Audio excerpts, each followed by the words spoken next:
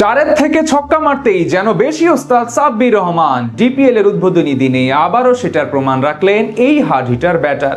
Abahani jersey গায়ে হাঁকালেন ঝড়ো এক 50। বয়স বাড়লো, ব্যাট হাতে চার ছক্কার খেলায় তিনিই যে দেশ সেরা সেটাই আবার চোখে আঙ্গুল দিয়ে দেখিয়ে দিলেন সাব্বির। দেশের ঘরোয়া ক্রিকেটের সবচেয়ে বড় মঞ্চে দলের বিপর্যয়ে সাব্বিরের এই অতি মানবীয় ব্যাটিং নিয়ে বিস্তারিত জানবো এই প্রতিবেদন। একটা সময় লোয়ার মিডল অর্ডারে তাকে ভাবা হতো জাতীয় দলের ভবিষ্যৎ।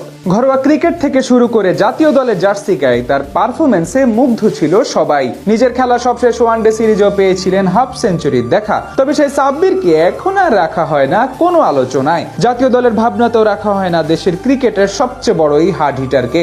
সাব্বিরের অবশ্য তাতে কোনো আক্ষেপ নেই।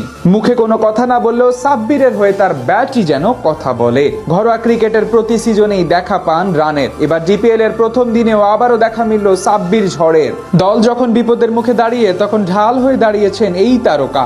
খেলেছেন 55 রানের এক ঝড়ো ইনিংস। মাত্র 29 বলে 55 রান করে ম্যাচে নিজ দল আবহানীকে চালকের আসনে বসাতেও ভূমিকা ছিল এই সাব্বিরেরই।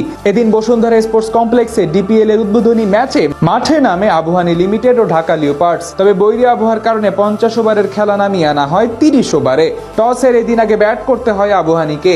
আর আগে ব্যাট করতে নেমে 20 ওভার যেতে না যেতেই টপ অর্ডারের 5 ব্যাটার ফিরে যায় প্যাভিলিয়নে। জিশান আলম, সৌম্য সরকার কিংবা জাকের আলী অনিক 2 অঙ্কের ঘরে পৌঁছাতে পারেনি কেউই। দল যখন এমন বিপদে তখন হালটা ধরেন এই সাব্বির রহমানই। লিওপার্ডের বোলাররা যখন আবহানীকে অল্পতেই গুটিয়ে দেওয়ার স্বপ্ন দেখেছিল তখন এই সাব্বিরই ম্যাচের চেহারাই পাল্টে দেন। ব্যাট হাতে ম্যাচে নিজের প্রথম ছক্কার দেখা পেতে সাব্বিরের লাগে মাত্র 8 বল। অষ্টম ডেলিভারিতে ওয়াসিকে মিড উইকেটে অঞ্চল দিয়ে বিশাল ছক্কা হাঁকিয়ে তাণ্ডবের শুরুটা করেন এই হার্ড হিটার। এরপর আলাউদ্দিন বাবুর বলে 3 ছক্কা আর মেহেদী হাসান রানার বলে 2-4 মারেন সাব্বির। আর ইনিংসের শেষ বলে আল ফাহাদকে টিপিক্যাল সাব্বির রহমানের শর্ট আর্ম জ্যাব শটে সীমানা ছাড়া করেন আবহানীর এই তারকা। সেই সাথে তুলে নেন নিজের অর্ধশতক। মাত্র 29 বলে 50 দেখা পাওয়া সাব্বিরের ইনিংস শেষ হয় অপরাজিত 55 রানে।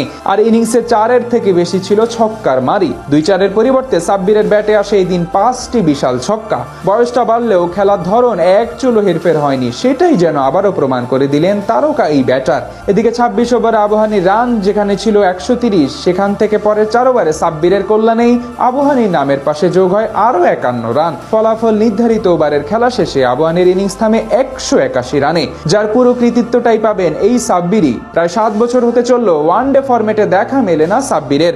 শর্টার ফরম্যাটে অপেক্ষাটা 3.5 বছরেরও বেশি। তবে সাব্বির যেন দেখিয়ে দিচ্ছেন তিনি এখনো ফুরিয়ে যাননি। এখনো লাল সবুজ জার্সি গায়ে চাপিয়ে 22 গজে ব্যাট হাতে ঝড় তোলার সামর্থ্যটা পুরোপুরি আছে টাইগার এই তারকার। এখন প্রশ্ন শুধু একটাই, ঘরোয়া ক্রিকেটে এভাবে ম্যাচের পর ম্যাচে রান করার সুযোগ দিবেন তো নির্বাচকরা?